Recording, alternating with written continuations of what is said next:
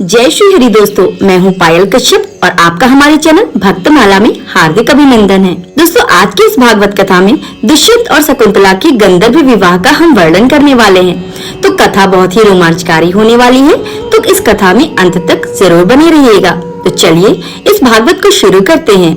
इस कथा में जन्मेजय के प्रश्नों का उत्तर देते हुए वैशंपायन जी कहते हैं, जन्मेजय पुरुवंश के प्रवर्तक थे। परम प्रतापशाली राजा दुष्यंत समुद्र से घिरे हुए बहुत से प्रदेश और मलेच्छों के देश भी उसके अधीन थे।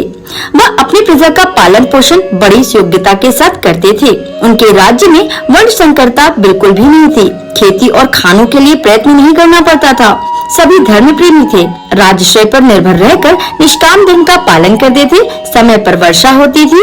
अन्न भी पर्याप्त मात्रा में हुआ करते थे और पृथ्वी सब प्रकार के रत्न और पशुधन से परिपूर्ण थी। दुष्यंत स्वयं एक बलवान युवक था। उसकी शक्ति इतनी अद्भुत थी कि वह वन उपवन सहित मद्राचल पर्वत को उखाड़ कर धारण कर सकता था। वह गदा युद्ध के प्रक्षेप, विक्षेप, परिक्षेप और अभिक्षेप ये चारों प्रकारों में और शास्त्र विद्या में बड़ा ही निपुण था। घोड़े और हाथी की सवारी में तो उसका कोई मुकाबला ही नहीं कर सकता था। एक दिन की बात है, महाबाहु राजा दुष्यंत अपनी चतुरंगली सेना के साथ किसी गहन वन में जा पहुँचे। उसे पार करने पर उसे एक मनोहर आश्रम युक्त उपवन मिला। वह उपवन बड़ा ही सुंदर था। सुंदर सुंदर पक्षी मधुर सुरों से चहक रहे थे। कहीं कोकिला की कुहू तो कहीं भौरों की गुंजन। राजा दुष्यंत उपवन की शोभा देख ही रहे थे कि उनकी दृष्टि मनोरम आश्रम पर पड़ी। उस आश्रम में स्थान स्थान पर अग्निहोत्र ज्वालाएं प्रज्वलित हो रही थी। वालिखिल आदि ऋषिगण, यज्ञशाला, पुष्प और जलाशयों के कारण उसकी शोभा अद्भुत हो रही थी और ब्राह्मण सभी देवताओं की पूजा कर रहे थे। राजा को ऐसा मालूम हो रहा था मानो वो ब्रह्मलोक में जा खड़े हुए हैं। इस प्रकार राजा दुष्यंत ने सब देखते सुनते कश्यप गोत्री कण्व ऋषि के एकांत और मनोहर आश्रम में मंत्री और पुरोहित के साथ प्रवेश किया। राजा दुष्यंत ने मंत्रियों और पुरोहितों को आश्रम के द्वार पर ही रोक दिया और स्वयं भीतर गए। वहाँ उस समय कण्व ऋषि उपस्थित नहीं थे।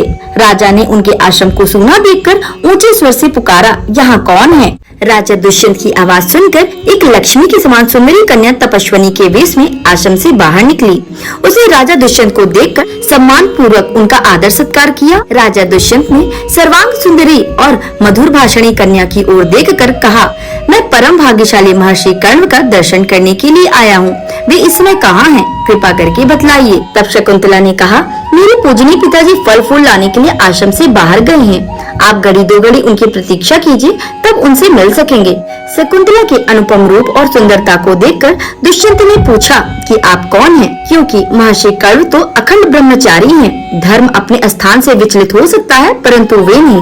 ऐसी दशा में तुम उनकी पुत्री कैसे हो सकती हो? शकुंतला ने कहा, राजन, एक ऋषि के पूछने पर मेरे पूजनीय पिता कण्व ने मेरे जन्म की कहानी सुनाई थी। वह मैं आपको सुनाती हूँ। जिस समय परम प्रतापी विश्वामित्र जी तपस्या कर रहे थे, उस समय इंद्र ने उनके तप में विघ्न डालने के लिए मेनका नाम की अप्सरा भेजी थी। उसी के सहयोग से मेरा जन्म हुआ। माता मुझे वन में छोड़कर चली गई। तब शकुंतो यानी कि पक्षियों ने, सिंह, व्याघ्र और भयानक जंतुओं ने मेरी रक्षा की थी, इसलिए मेरा नाम शकुंतला पड़ा। महर्षि कण्व ने वहाँ से उठाकर मेरा लालन पोषण किया। शरीर का जनक, प्राणों की रक्षक और अन्नदाता, ये तीनों ही पिता कहे जाते हैं। इस प्रकार मैं महर्षि कण्व की पुत्री हूँ। यह सब सुनकर राजा दुष्यंत ने कहा, कल्याणी, जैसा तुम कह रही हो, तुम ब्राह्मण कन्या नहीं हो, राजकन्या हो, इसलिए तुम मेरी पत्नी हो जाओ। सुंदरी, तुम गांधर्व विधि से मुझसे विवाह कर लो। राजाओं के लिए गांधर्व विवाह सर्वश्रेष्ठ माना गया है। शकुंतला ने कहा, मेरे पिताजी इस समय यहाँ नहीं हैं। आप थोड़ी देर तक प्रतीक्षा कीजिए, वे आकर मुझे आपकी सेवा में समर्पित कर देंगे। दुष्यंत ने कहा, मैं तुम्हें चाहता हूँ, यह भी चाहता हूँ कि तुम मुझे स्वयं वरण कर लो। मनुष्य स्वयं ही अपना हितैषी और जिम्मेवार है। तुम धर्म के अनुसार स्वयं ही मुझे अपना दान करो। तब शकुंतला ने कहा, राजन, यदि आप इसे ही धर्मपद समझते हैं तो मुझे स्वयं अपने को दान करने का अधिकार है। तो आप मेरी शर्त सुन लीजिए कि आप यह प्रतिज्ञा कर लीजिए, मेरे बाद तुम्हारा ही पुत्र सम्राट होगा। अगर वह मेरे जीवन काल में ही वह युवराज बन जाएगा तो मैं आपको स्वीकार कर सकती हूँ। तो राजा दुष्यंत ने भी बिना कुछ सोचे विचारे ही प्रतिज्ञा कर ली और गांधर्व विधि से शकुंतला का पाणी ग्रहण कर लिया। दुष्यंत ने उसके साथ समागम करके बारंबार यह विश्वास दिलाया कि मैं तुम्हें लाने के लिए चतुरंगली सेना भेजूंगा और शीघ्र से शीघ्र तुम्हें अपने महल में ले चलूंगा। इस प्रकार वह कह सुनकर दुष्यंत अपनी राजधानी के लिए रवाना हुए। उसके मन में बड़ी चिंता थी कि महर्षि कर्व यह सब सुनकर न जाने क्या करेंगे। थोड़ी ही देर बाद महर्षि कर्व आश्रम पर आ पहुँचे, परंतु शकुंतला लज्जावश उनके पास नहीं गई। त्रिकालदर्शी कर्व ने दिव्य दृष्टि से सारी बातें जानकर प्रसन्नता के साथ शकुंतला से कहा, बेटी, तुमने मुझसे बिना पूछे एकांत में जो काम किया है वह धर्म के विरुद्ध नहीं है। क्षत्रियों के लिए गांधर्व विवाह शास्त्र सम्मत है। दुष्यंत एक धर्मात्मा, उदार और श्रेष्ठ पुरुष है। उसके सहयोग से बड़ा बलवान पुत्र होगा और वह सारी पृथ्वी का राजा होगा। शकुंतला के कहने पर महर्षि कर्म ने दुष्यंत को वर दिया कि उसकी बुद्धि धर्म में दृढ़ रहे और राज्य अविचल रहे। इसके कुछ समय बाद समय पूरा होने पर शकुंतला के गर्भ से पुत्र हुआ। वह अत्यंत सुंदर और बचपन से ही बड़ा बलिष्ठ था।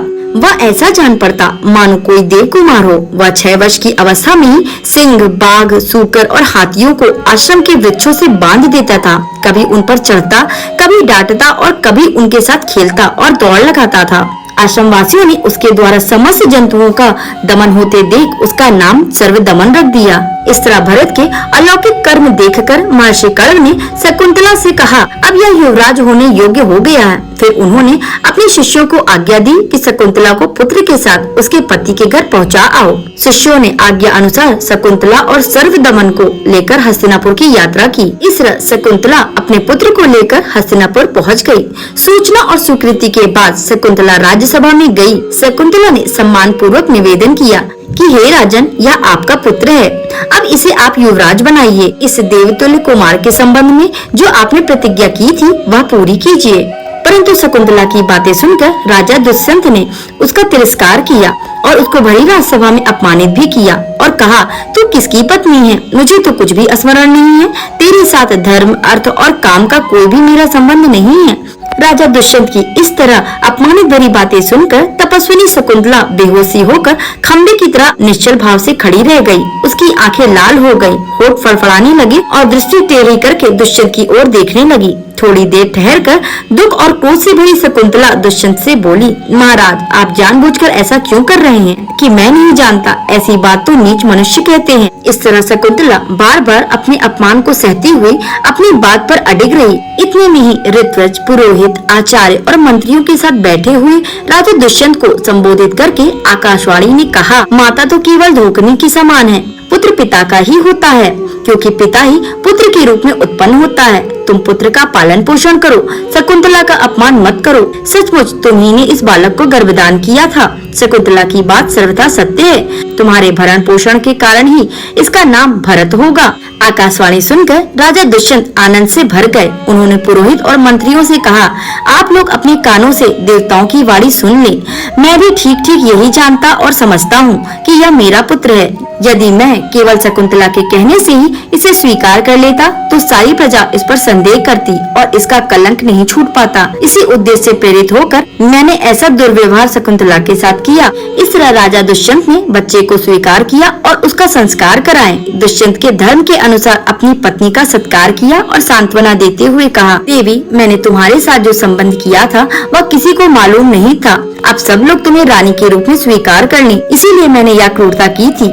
लोग समझने लगते कि मैंने मोहित होकर तुम्हारी बात स्वीकार कर ली है। लोग मेरे पुत्र के युवराज होने में भी आपत्ति करते।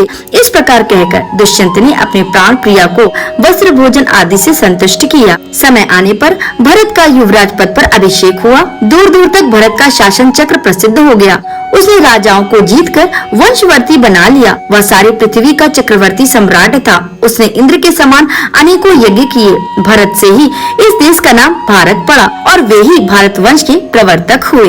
तो दोस्तों, आज की इस भागवत कथा में बस इतना ही।